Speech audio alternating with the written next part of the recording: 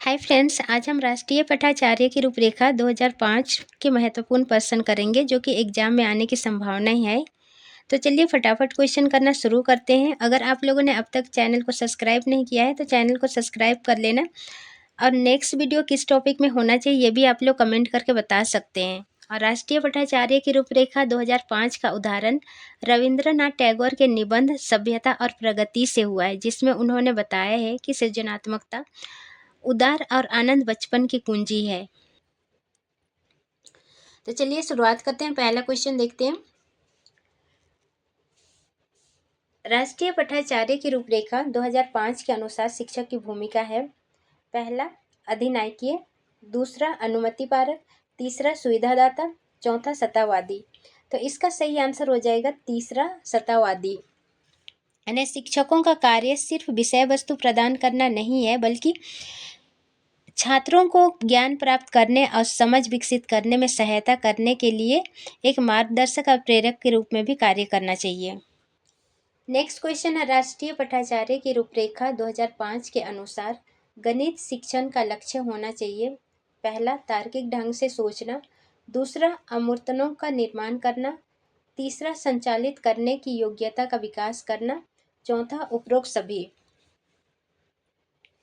तो इसका सही आंसर हो जाएगा चौथा उपरोक्त सभी। यानी राष्ट्रीय पटाचार्य रूपरेखा 2005 के अनुसार गणित शिक्षण का मुख्य लक्ष्य बच्चों में गणितीय सोच का विकास करना है, ताकि वे समस्याओं को तार्किक रूप से हल कर सके और गणितीय अवधारणाओं को समझ सके। नेक्स्ट क्वेश्चन है, किस तरह के पाठ्यक्रम को लागू करके विद्यार्थियों की विफलता को कम किया जा सकता है। पहला, जो अत्यधिक चुनौतीपूर्ण और जटिल हो, दूसरा जो उनके दैनिक जीवन के लिए अप्रासंगिक हो, तीसरा जो उनके सामाजिक संदर्भ से जुड़ा हो, चौथा जो अमोघ से सरल की ओर बढ़ता हो। तो इसका सही आंसर हो जाएगा तीसरा, जो उनके सामाजिक संदर्भ से जुड़ा हो। पाठ्यक्रम छात्रों की रुचियों और क्षमताओं के अनुरूप हो और उन्हें सक्रिय रूप से सीखने के लिए प्रोत्साहन करना चाहिए। नेक्स्ट क्वेश्चन है, राष्ट्रीय पटाचार्य की रूपरेखा 2005 के अनुसार बच्चों के आकलन का सही तरीका है। पहला वार्षिक परीक्षाएं, दूसरा दैनिक गतिविधियां, तीसरा अर्धवार्षिक परीक्षाएं, चौथा इनमें से कोई नहीं। तो इसका सही आंसर हो जाएगा दूसरा दैनिक गतिविधियां। दैनिक गतिविधियां और प्रतिक्रियाओं का अवलोकन किया जाना चाहिए।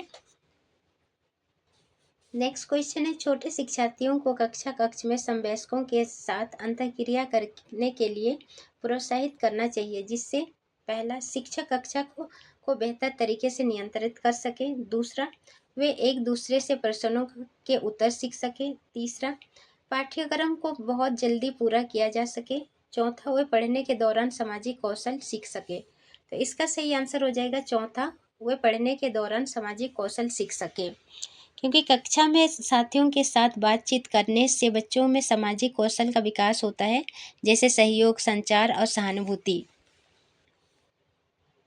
नेक्स्ट क्वेश्चन है, राष्ट्रीय पटाचार्य की रूपरेखा 2005 का उदाहरण निम्नलिखित में से किससे हुआ है। पहला सभ्यता और प्रगति, दूसरा गीतांजलि, तीसरा गोदान, चौथा विज्ञान एवं तकनीकी। तो इसका सही आंसर हो जाएगा पहला सभ्यता और प्रगति।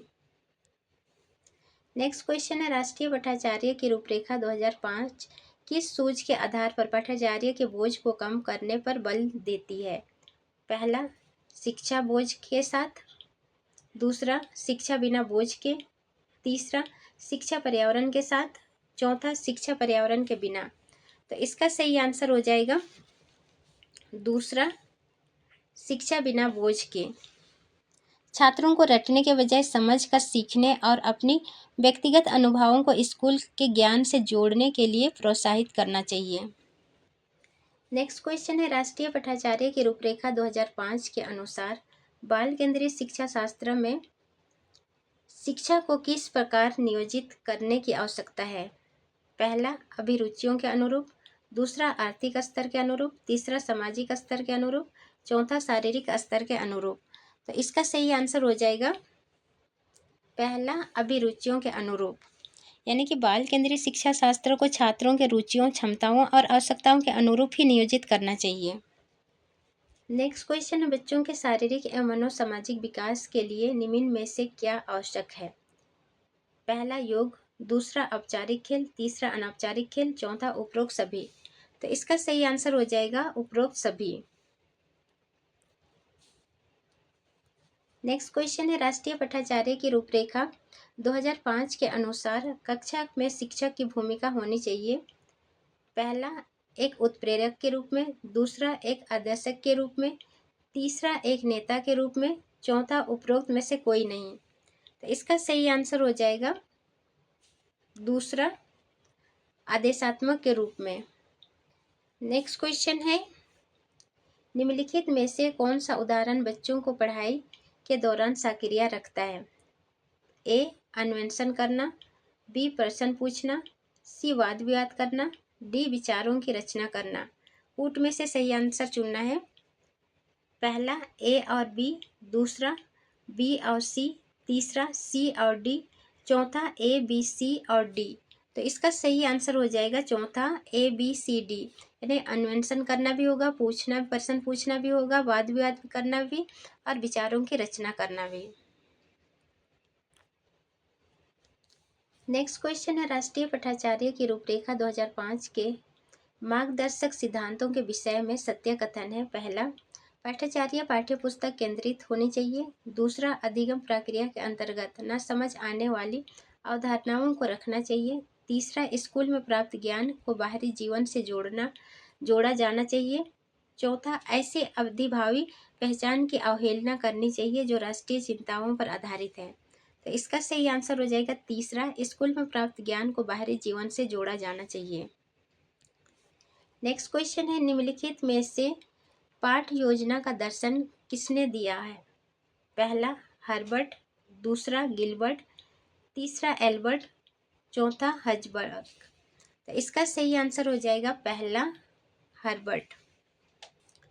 नेक्स्ट क्वेश्चन, यदि बच्चे फेल होते हैं तो वे दर्शाते हैं पहला, अपनी असफलताओं को, दूसरा स्कूल की असफलताओं को, तीसरा समाज की असफलताओं को, चौथा परिवार की असफलता को। तो इसका सही आंसर हो जाएगा दूसरा, स्कूल की असफलता को। आज का लास्ट क्वेश्चन है, कला विषय को स्कूली शिक्षा की किस स्तर पर सम्मिलित किए जाने पर बल देना चाहिए? पहला, पूर्व प्राथमिक, दूसरा प्राथमिक, तीसरा उच्च प्राथमिक, चौथा इन सभी स्तरों पर। तो इसका सही आंसर हो जाएगा चौथा, इन सभी स्तरों पर। फ्रेंड्स, वीडियो कैसे लगी कमेंट करके बताना आप लोग।